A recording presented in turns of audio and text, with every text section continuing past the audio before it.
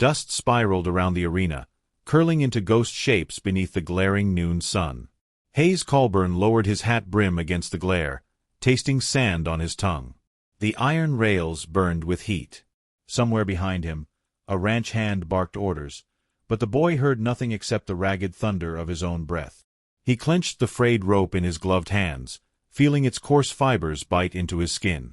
Sweat dripped from his jaw, darkening the collar of his pressed denim shirt. His boots trembled in the stirrup as he shifted his weight forward to study the creature below him. Cricket. That was what they called the bull. A thin, rust-brown animal with a crooked rear leg that limped whenever it walked. Its hide was scarred and its horns uneven, the left curling tight while the right jutted forward like a blade. There was no hatred in its eyes. No wild rolling fury. Just a dull amber glow, as if it had learned too early that life was meant to hurt. "Why's the Colburn boy ridin' that reject?" muttered a wiry old rancher to his partner, spitting a stream of tobacco into the sand. "His daddy gonna make him a man on a crippled bull?" Hayes heard them. Their words were knives. He straightened, ignoring the throbbing ache in his left knee. Ever since the accident with the dirt bike 2 summers ago, that knee never let him forget its betrayal.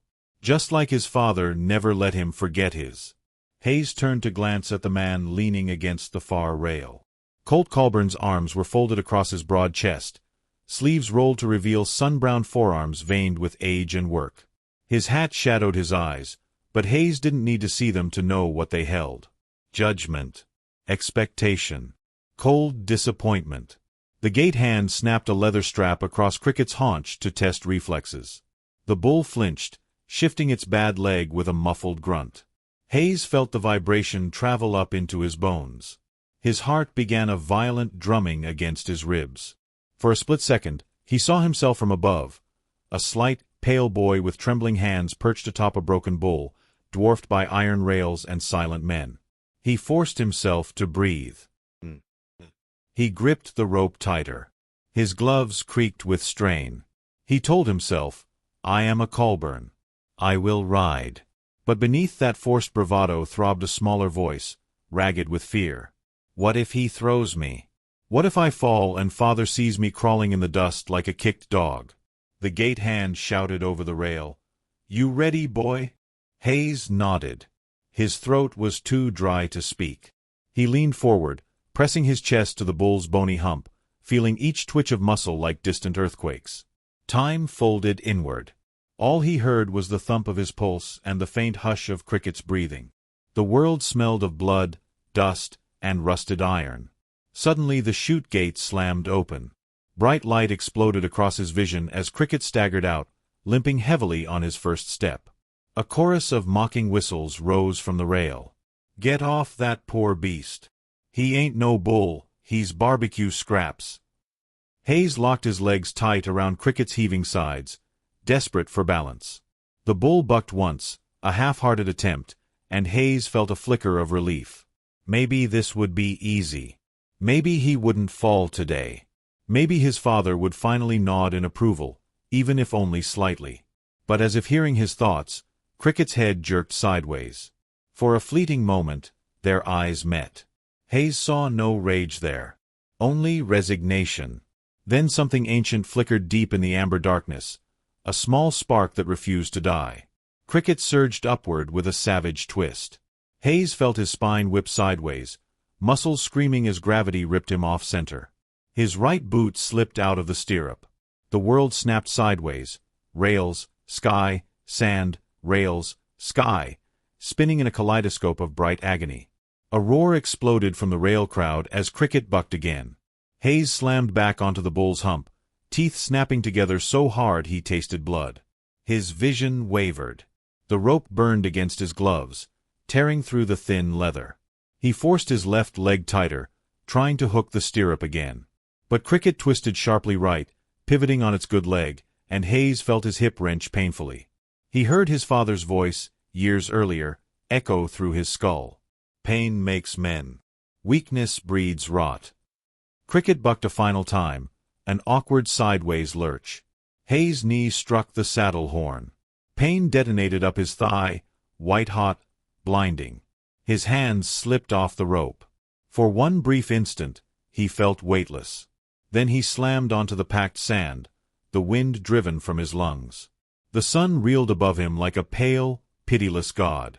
He gasped, mouth working soundlessly as he tried to force air back into his chest. The crowd's shouts faded into distant echoes. All he heard was his heartbeat thundering against his skull. He tried to move, but his body refused. A shadow fell across him. He blinked sweat and blood from his eyes, squinting up at the silhouette.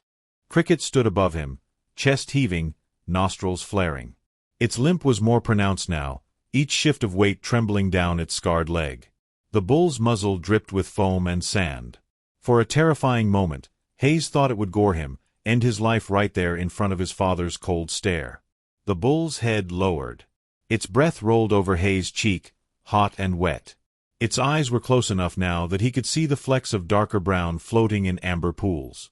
Hayes felt tears prick at his eyelids, rage and humiliation boiling up through the pain. "Do it," he whispered, barely audible. "Finish it." Cricket only stood there, sides heaving.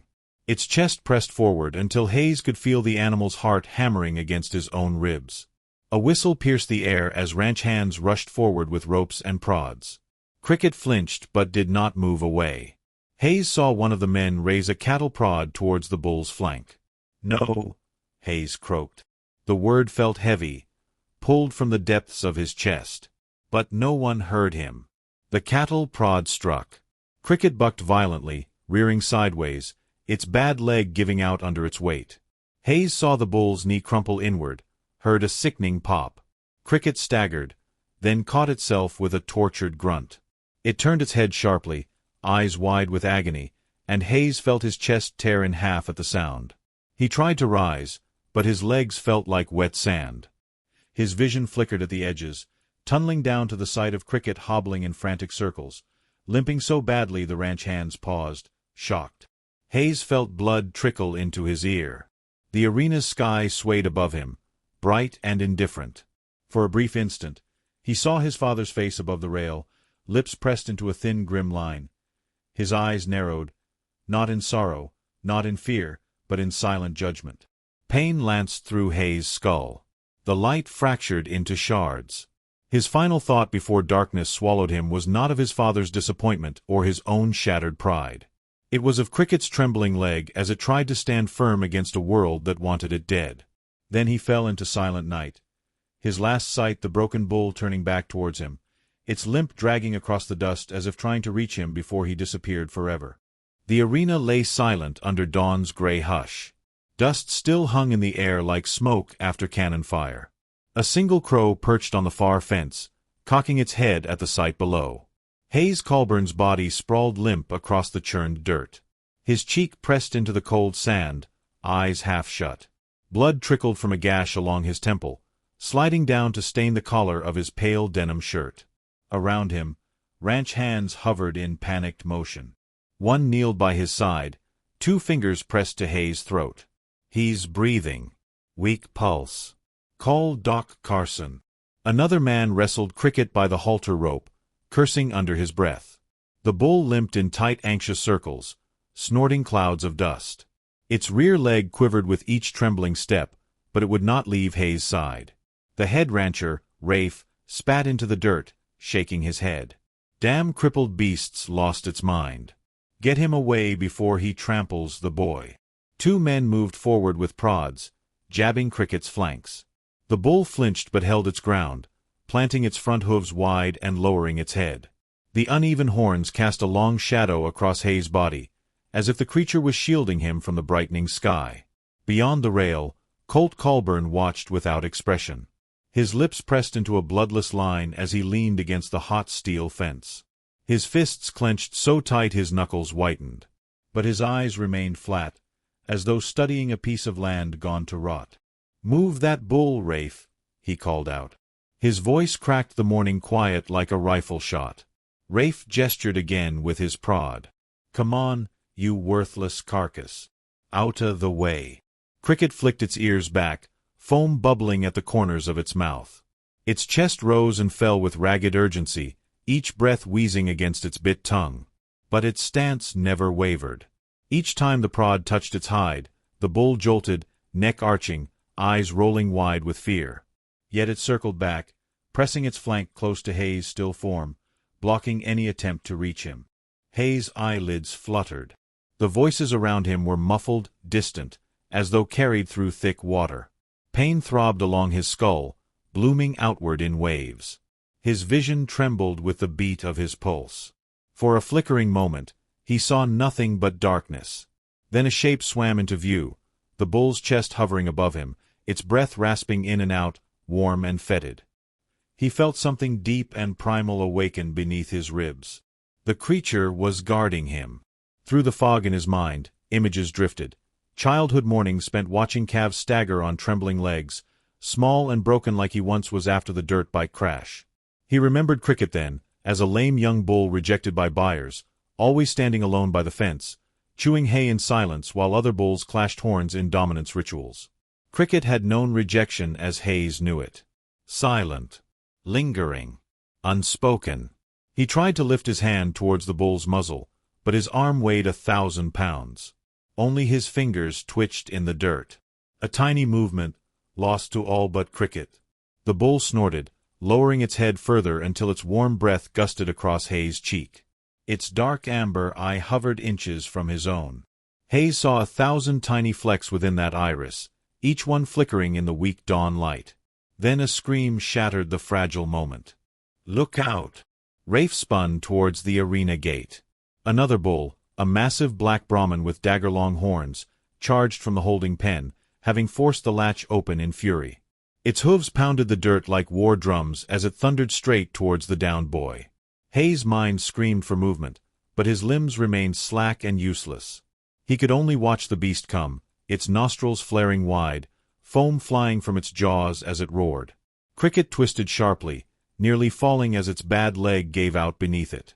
Dust exploded around its haunches as it regained balance just in time to plant itself between Hayes and the charging bull. The crowd fell silent. For a heartbeat, the two bulls faced each other across a mere 10 feet of dust and blood scent. The Brahmin pawed the ground, lowered its massive horns, and lunged forward. Cricket braced. Its rear leg trembled so violently Hayes thought it would snap like dry willow. But the smaller bull lowered its head, pressing its nose almost to the sand, eyes fixed on the oncoming monster. The impact rocked the arena.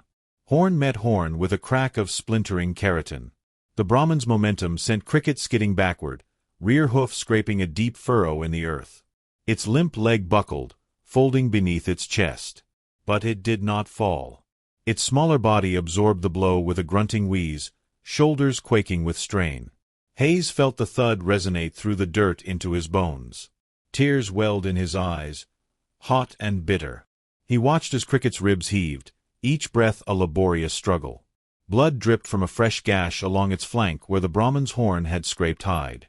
The Brahmin snorted, tossing its massive head, preparing for another charge. Rafe shouted, voice cracking with panic. "Get the damn gate! Get it now!" Two ranch hands sprinted to the holding pen lever, fumbling with the chain. The Brahmin pawed once, twice, then surged forward again. Cricket roared. It was not a sound of pain or fear. It was low and ragged, ripped from deep within its chest, echoing across the silent arena like a war cry. As the Brahmin lunged, Cricket twisted sideways, planting its horns into the charging bull's neck, using the force of impact to pivot its own crippled body just enough to deflect the monster's momentum. The Brahmin stumbled sideways, its hoof catching on an uneven rut. It crashed into the rail with a scream of rage, rattling the steel bars so violently that a line of dust fell from the overhead beams.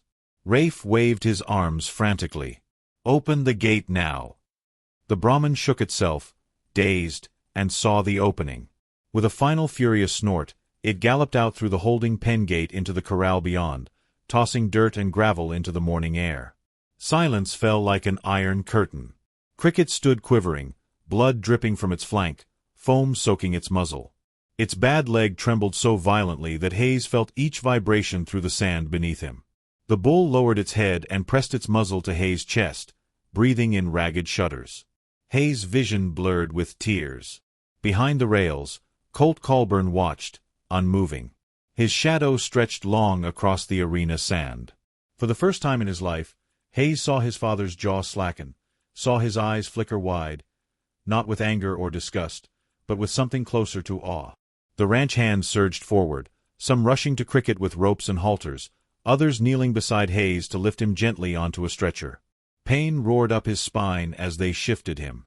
Darkness crowded the edges of his vision, but he kept his eyes locked on the bull.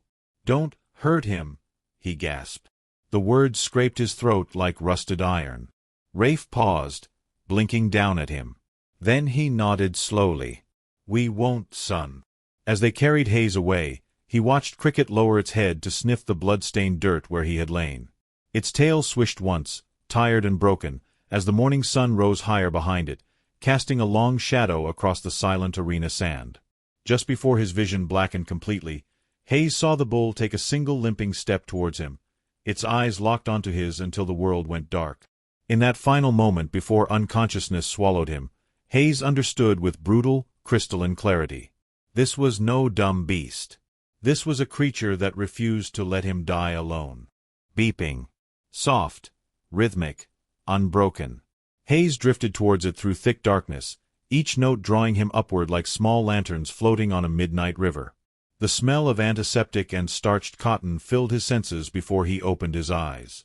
The world resolved into blurred white and gray. He blinked against the dim glow of dawn seeping through the window blinds. His chest felt tight. His skull ached with deep, pulsing pain that radiated behind his eyes.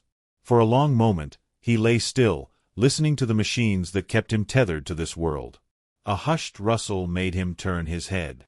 The simple motion sent a bolt of agony down his neck. He winced, biting back a cry. A silhouette sat near the window. Broad shoulders, silver hair at the temples, cowboy hat resting on a knee. Colt Colburn. The father he had spent his life trying to impress, to anger, to awaken. Anything other than the silent disappointment that hovered like a permanent shadow between them. Colt didn't turn as Hayes woke. He stared out over the early morning fields beyond the glass. The horizon glowed with the first faint blush of dawn. Pale wheat danced in the breeze, silver gold under the rising sun. Hayes swallowed. His throat burned like scorched paper. Words crawled from him like wounded creatures. "Pa." The older man shifted only slightly. A tendon flickered along his jaw. His eyes remained fixed on the horizon. "How bad?"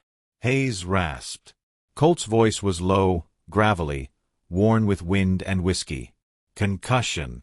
2 busted ribs. Sprained wrist. Lucky, they say." Hayes exhaled slowly.